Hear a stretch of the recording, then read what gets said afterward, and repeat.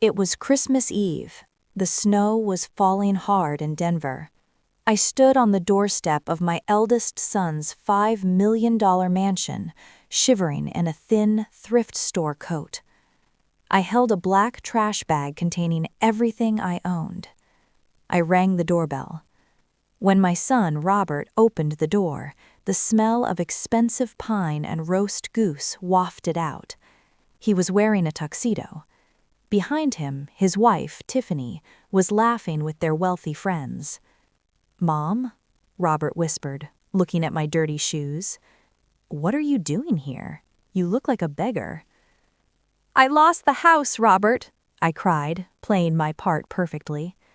"The bank took everything. I have nowhere to go. Please, it's Christmas."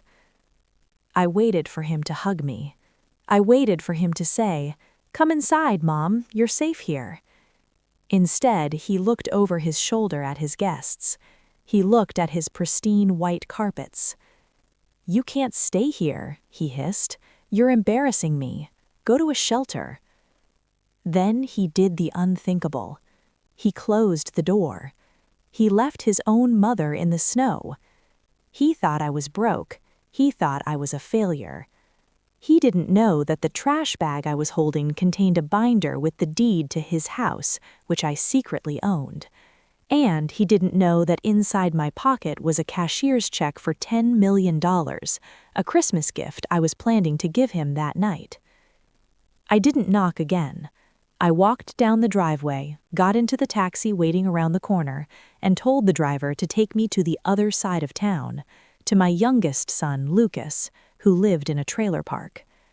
This is the story of the most expensive mistake my son ever made.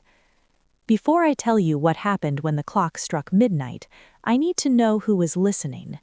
Pause the video right now, go to the comments and tell me, where are you watching this from? And tell me, if your parents showed up at your door with nothing, would you let them in? I'm reading every single comment. Now, let's knock on the door. To understand why I did this, you have to understand the last year of my life. My husband, James, built a logistics empire. When he passed away 2 years ago, he left everything to me, $50 million. But James had a worry. He worried about our eldest son, Robert. Robert was an investment banker. He was successful, yes, but he was cruel. He treated money like God and people like tissues, disposable. My youngest son, Lucas, was different. Lucas was a mechanic. He struggled. He had a bad back from an injury, and medical bills were drowning him. But he never asked for a dime. He called me every Sunday just to ask how my garden was growing. After James died, Robert started pressuring me. "Mom, sell the estate, move into a facility, sign the trust over to me to manage." He didn't care about me, he cared about the portfolio. So I decided to test him, the King Lear test, my lawyer called it. I spent 3 months setting it up. I created a fake paper trail. Bad investments. I let rumors spread that I was going senile and losing the fortune. On December 24th, I executed the final phase. I parked my Mercedes in a storage unit. I put on an old coat I bought at Goodwill. I rubbed some dirt on my face. I filled a trash bag with old clothes. I took a taxi to Robert's house in Cherry Creek. The house was magnificent. It should be. I paid for the down payment, though Robert told everyone he was a self-made man. I rang the bell. Robert opened it. A warmth of the house hit me. "Mom?" "Robbie," I made my voice tremble. "It's gone. The creditors, they took the house today. They changed the locks." Robert stepped out onto the porch, closing the door behind him so the guests wouldn't see. The cold wind whipped his hair. "What do you mean gone?" he snapped. "What about the trust?" "There is no trust," I lied. "I spent it. I tried to save the business, but I failed. I have nothing, Robbie, just this bag." I saw the calculation in his eyes. He wasn't looking at his mother, he was looking at a liability, a financial drain. "I can't believe this," he muttered. "You were irresponsible. Dad worked his whole life for that money and you blew it?" "I need a place to sleep," I begged. "Just the guest room, please." "The guest room is full," he lied. "The spin instructor is staying there." "The sofa? And have my clients see you like this?" He looked at my coat with disgust. "No, absolutely not." Tiffany, his wife, opened the door. "Babe, who is it? The caterers?" She saw me, her nose wrinkled. "Oh, it's your mother." "She lost the money, Tiffany," Robert said. "She's broke." Tiffany's expression changed instantly. The fake warmth she usually showed me vanished. "Well, she can't stay here," Tiffany said. "We're hosting the mayor tonight. Look at her, Robert. She smells like the subway." I didn't smell. I smelled like the expensive perfume I had worn for 40 years, just masked by the cold, but she didn't get close enough to verify. "Mom, listen," Robert said, pulling out his wallet. He pulled out a $20 bill. "Go to the downtown shelter. They have beds. We'll talk after the holidays, when you've cleaned up." He tried to hand me the 20. I looked at the bill. I had a check for $10 million in my pocket. It was wrapped in a Christmas card addressed to Robert and Tiffany. I reached into my pocket. My fingers brushed the envelope. I looked at my son. "You're sending me to a shelter on Christmas Eve?" "You're one night, Mom. Don't be dramatic. You made this mess." "Okay, I understand." I didn't take the $20. I turned around and walked down the driveway. "Mom, wait," he called. I turned back, a flicker of hope in my chest. "Don't tell anyone you're my mother if you go to the shelter," he said. "It's bad for my brand." The hope died. "Don't worry, Robert," I said. "I won't tell anyone who you are." I walked around the corner where the taxi was waiting. "Where to, lady?" the driver asked. "The south side, Trailer Park Avenue, and hurry." The ride to Lucas's place took 40 minutes. We went from the gated communities of Cherry Creek to the potholed roads of the industrial district. Lucas lived in a single-wide trailer. It was old, but he kept it painted. There were Christmas lights strung up, cheap ones, but they were bright. I paid the driver. I stood at the metal door. I was freezing now, for real. I knocked. The door flew open immediately. Lucas was wearing a flannel shirt and torn jeans. He held a spatula. He was cooking. "Mom?" He didn't look at my coat. He didn't look at the trash bag. He looked at my face. "Mom, you're freezing." He dropped the spatula and pulled me inside. He hugged me so hard my ribs cracked. He smelled of engine oil and cinnamon. "What happened?" he asked, rubbing my arms to warm me up. "Why didn't you call? I would have come to get you." "I lost it all, Lucas." I gave him the same story. "The house, the money. Robert turned me away." Lucas's face darkened. "Robert did what?" "He said I should go to a shelter." "Over my dead body," Lucas growled. He led me to the small living room. It was tiny, the carpet was worn, but it was clean. "You're staying here," Lucas said. "Forever. I don't have much room, but I'll take the couch, you take the bedroom." "Lucas, I can't take your bed. You have a bad back." "Mom, you're 70. You are not sleeping on a couch." He went into the kitchen. "Are you hungry? I'm making chili. It's not turkey, but it's hot." I sat down. I looked around. There was a small plastic Christmas tree on the TV stand. Underneath it, there was one gift, wrapped in newspaper. To Mom.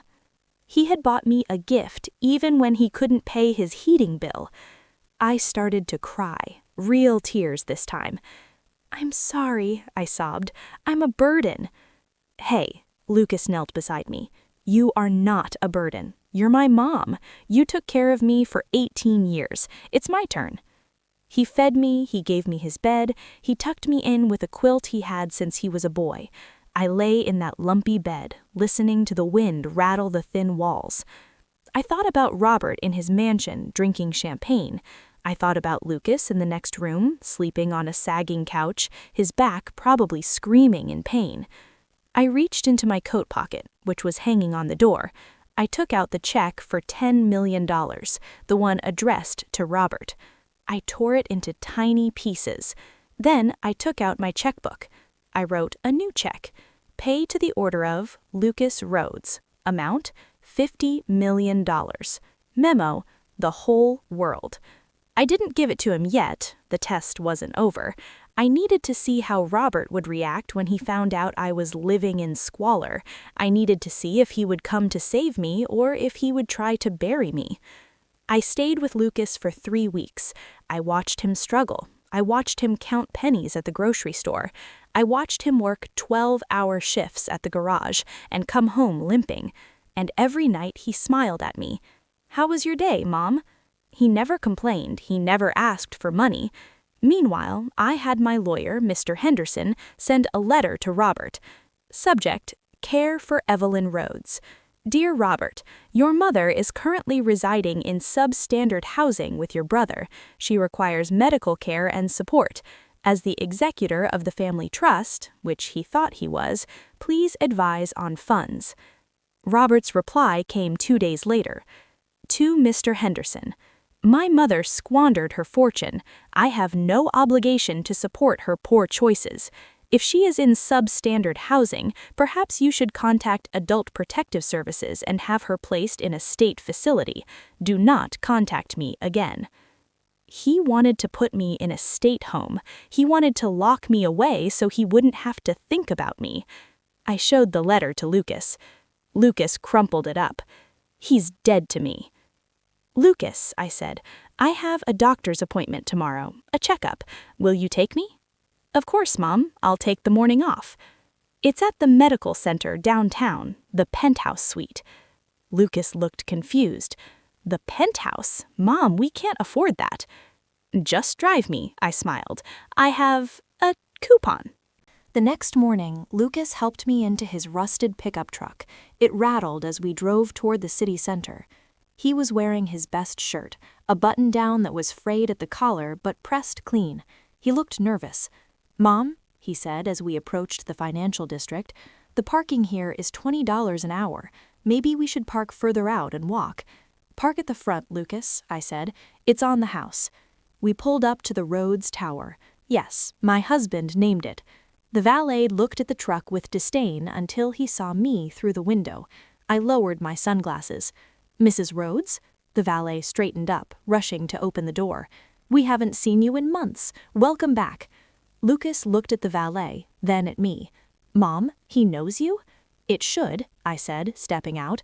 I pay his salary. We walked into the lobby. Marble floors, gold fixtures, security guards who nodded respectfully as I passed. Lucas was trailing behind me, looking like he had stepped onto an alien planet. We took the private elevator to the penthouse suite. It wasn't a doctor's office, it was the executive boardroom of Rhodes Global Logistics. Mr. Henderson was waiting. He had champagne on ice and a stack of documents on the table. Evelyn, Mr. Henderson smiled, you look refreshed. I feel fantastic, Arthur, I said. Mom, Lucas whispered, tugging my sleeve, what is going on? Is this Dad's old office? It is, I said. Sit down, Lucas. He sat in the leather chair, looking terrified. Lucas, I began, taking his rough, calloused hands in mine. I have a confession to make. I didn't lose the money. I didn't lose the house. I never went broke.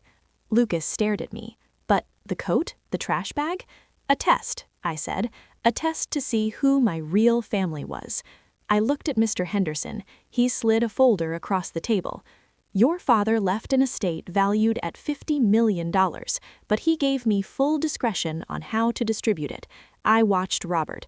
I watched him buy cars while you couldn't afford back surgery.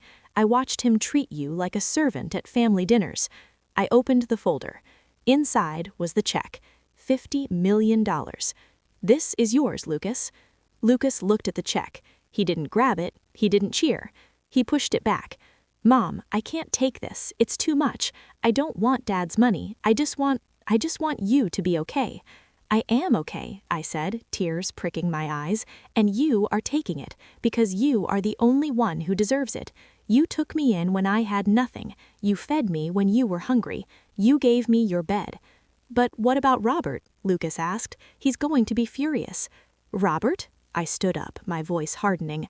Robert made his choice. He chose $20 over his mother. Now we are going to go see him. See him? Yes, I said. I have one more piece of business to attend to. Mr. Henderson, do you have the eviction notice? Drafted and notarized. Mr. Henderson handed me a thick envelope. "Good," I said. "Lucas, let's go shopping. You need a suit. We have a housewarming party to crash." 2 hours later, we pulled up to Robert's mansion in a black limousine. I was wearing my white mink coat, faux, I love animals, but it looks expensive, and my diamond earrings. Lucas was wearing a bespoke Italian suit we had bought and tailored within the hour. He looked handsome. He looked like his father. There were cars in the driveway. Robert was hosting a New Year's brunch for his clients. Perfect. We walked up the driveway. The snow from Christmas Eve was still there, piled high. I rang the bell. Tiffany answered. She held a mimosa. When she saw me, she nearly dropped it. "Evelyn?" she gasped. Then her eyes raked over my coat, the diamonds, the limo behind me. What is going on? Did you win the lottery?" "Something like that," I said, pushing past her. We walked into the living room. Robert was holding court by the fireplace, just like before. "Mom!" Robert froze. He looked at Lucas. "Lucas? Where did you get that suit? Did you steal it?" "It was a gift," Lucas said calmly, "from Mom." "Mom?" Robert laughed nervously. "Mom is broke. I gave her $20 last week." "About that," I said, stepping into the center of the room. The guests went silent. They sensed the drama. They smelled blood. "I have a little announcement, Robert." "Not now, Mom," Robert hissed, walking over to me. "You look ridiculous. Are those real diamonds? Did you pawn Dad's watch?" "They are real," I said, "and I didn't pawn anything. Actually, I'm here about the house." "The house?" Robert looked confused. "My house? Is it your house, or is it the house I put the down payment on, the house I co-signed for?" "I pay the mortgage," Robert shouted. "Actually," I pulled the document from my purse, "you missed the last 3 payments. I got the notifications, and since my name is on the deed as the primary guarantor," I held up the paper. "I paid off the bank this morning. I bought the note. I own this house, Robert, free and clear." Robert went pale. You paid it off? That's $2 million. Where did you get $2 million? "From the $50 million your father left me," I said casually. The room gasped. Tiffany dropped her glass. It shattered on the floor, karma for the way she treated me. "50 million?" Robert stammered. "But you said you lost it." "I lied. I wanted to see if you loved me, or if you just loved my wallet. And when I came to your door, shivering and hungry, you gave me your answer. You gave me $20 and a closed door." "Mom, I was stressed," Robert pleaded, reaching for my hand. "I didn't mean it. It was the holidays. I was going to call you." "You sent a letter to my lawyer telling him to put me in a state home," I said coldly. "You called me substandard." I threw the eviction notice at his feet. "You have 24 hours to vacate the premises. This house now belongs to Lucas." "Lucas?" Robert screamed, turning to his brother. You're a mechanic. You can't afford the property tax." "Actually," Lucas said, adjusting his silk tie, "I can afford anything I want now. But I don't want this house, Rob. It has bad energy." Lucas looked at me. "Sell it, Mom. Donate the money to the homeless shelter Robert tried to send you to." "Excellent idea," I said. "Get out," Robert roared. "Get out of my house." "It's not your house," I reminded him. "Security?" I had hired private security. 2 large men stepped in from the hallway. "Escort Mr. and Mrs. Rhodes out. They can come back tomorrow to collect their personal effects, but the party is over." They dragged Robert out, kicking and screaming. Tiffany followed, crying about her fur coats. The guests stood there, stunned. "Please finish the mimosas, but then you should probably leave. The locks are being changed at noon." Robert lost everything. Without the house to leverage, his other debts caught up with him. It turned out he was successful on paper only. He was drowning in credit card debt to maintain appearances. Tiffany left him within a month. She filed for divorce and took what little was left. Robert moved into a small apartment in the suburbs, ironically not far from where Lucas used to live. He calls me sometimes. He asks for money. I send him $20 in an envelope every time. Lucas, Lucas did exactly what I knew he would do.